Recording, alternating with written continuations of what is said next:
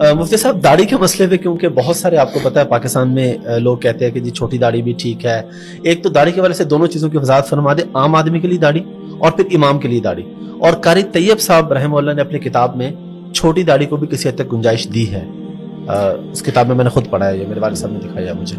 دیکھیں کوئی گنجائش نہیں ہے چھوٹی داڑھی, یوں کہیں کہ بالکل حلق کرنا بالکل موننے سے بہتر ہے کہ چھوٹی داڑھی رکھ لے, اس حوالے سے تو فرق کہیں گے. لیکن جو حدیث میں آرڈر ہے, حکم آیا ہے, وہ اعفاء اللحیٰ کا ہے. کسی بھی کوئی ایک حدیث بھی ایسی نہیں ہے جس میں داڑھی رکھنے کا حکم ہو. ٹھیک ہے, ہر حدیث میں اعفاء.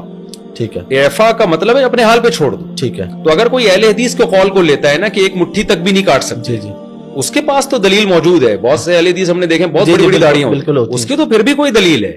لیکن چھوٹی کرنے کی تو کوئی حدیث میں دلیل نہیں ہے. اور عشر من الفطرہ حدیث میں آتا ہے کہ فطرت میں سے نیچر ہے, نیچر کے خلاف آپ چلیں گے تو بغاوت ہے نا, یہ تو ناجائز ہے. اس حدیث میں آتا ہے, آپ نے فرمایا کہ 10 چیزیں فطرت ہے, اس میں مونچھیں تراشنا, اس میں داڑھی کو بڑھانا, اعفاء اللحیٰ, حلق آنا یعنی زیر ناف بالوں کا صاف کرنا, بغلوں کے بالوں کا صاف کرنا. تو کیا یہ ساری چیزیں سنت ہیں؟ اگر آپ چھوڑ دیں بغل کے بال, کلچر کا حصے, کلچر کی وجہ سے نبی نے حکم دیا. تو جس حدیث میں ناخن کاٹنے کا حکم ہے, آپ ناخن بڑھانا حرام ہے, آپ کی نماز نہیں ہوتی. اسی حدیث میں داڑھی بڑھانے کا بھی حکم ہے, اسی حدیث میں بغلیں صاف کرنے کا بھی حکم ہے. یہ داڑھیوں پہ آ کے یہ لوگ اٹک جاتے ہیں کہ چھوٹی کرنا جائز ہے, بغلوں پہ آگے نہیں اٹکتے. اس سے پتہ چلتا ہے کہ آپ نے دیکھیں اس میں کچھ تو صحیح علماء, نیک علماء, جو میں نہیں کہہ رہا کہ ان کی نیت خراب ہے, لیکن ان کے پاس دلیل نہیں ہے. ٹھیک ہے, ہمارے پاس اجماع امت دلیل ہے, صدیوں سے چلا. امام شافعی کا ایک قول ملتا ہے ضعیف قول کے, چھوٹی کرنا صغیرہ گناہ ہے. لیکن صغیرہ بھی جب ہے جب کوئی ایک دفعہ چھوٹی کرے, چھوٹی رکھتا ہے تو صغیرہ اسرار سے کبیرہ بن جاتا ہے. ایک قول ملتا ہے, لیکن تینوں ائمہ اور خود امام شافعی کا جو مفتہ بھی قول ہے فقہ شافعی میں, چاروں مذاہب میں, اور صحابہ تابعین, کوئی ایک نہیں آپ دکھا سکتے.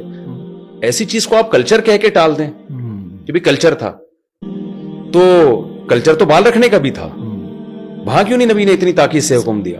اچھا, بعض لوگ یہ کہتے ہیں کہ حدیث میں آتا ہے خالف الیہود والنصارى, یہود و نصارہ کی مخالفت کو داڑھی رکھو. تو اس پہ بھی بعض لوگ کہتے ہیں یہ یہودی و نصارہ کی مشابہت کی وجہ سے اب تو بہت سے یہودی بھی داڑھی رکھتے ہیں.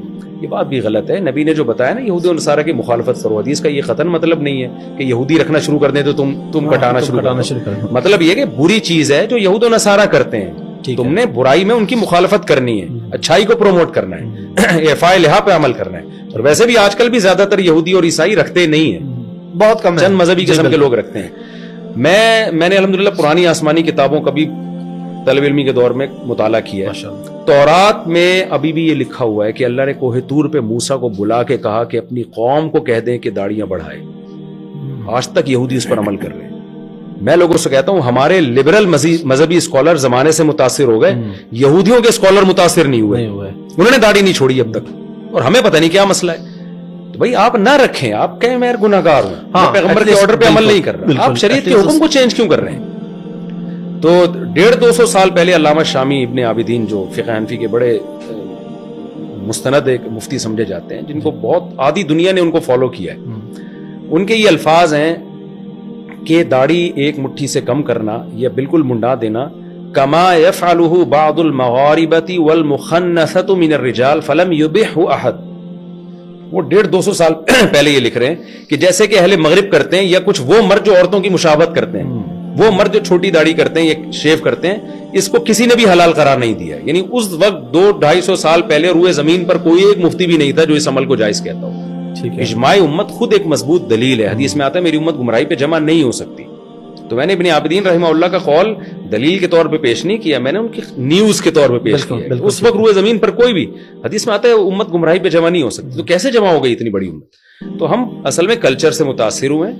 اب بجائے کلچر کو چینج کرنے کے ہم خود چینج ہو رہے ہیں. تو اسلام کو بھائی چھوڑ دو, آپ نے نہیں رکھنی آپ نہ رکھیں. اسلام کو نہ, بہت سارے کام وہ بھی تو آپ نہیں کر رہے نا. اسلام نماز تو فرض ہے, وہ تو ارکان کا نام ہے, وہ تو اب اگر کوئی نہیں امام, یعنی اگر چھوٹی داڑھی والا, ہاں اب رہا مسئلہ امام کا, نماز تو ہر فاسق کے پیچھے بھی ہو جاتی ہے, لیکن یہ کہ امام ظاہر ہے ایسا ہونا چاہیے نا شریعت کو خود تو فالو کرتا ہو نا. امام کی سلیکشن میں تو یہ چیز دیکھی جائے گی کہ وہ شریعت کو فالو کر رہا ہے کہ نہیں کر رہا. ٹھیک ہے, تو اس میں تو داڑھی بھی دیکھی جائے گی, اس کے جو ہے وہ کسی علانیہ کبیرہ گناہ میں مبتلا نہ ہو, یہ بھی دیکھا جائے گا. لیکن اگر کوئی بغیر داڑھی والا نماز پڑھاتا ہے, نماز تو پھر ہر ایک کے پیچھے, ہر جو صاحب ایمان ہے اس کے پیچھے ہو جاتی ہے, لیکن اپنے اختیار سے ایسے شخص کو امام بنانا ٹھیک نہیں ہے.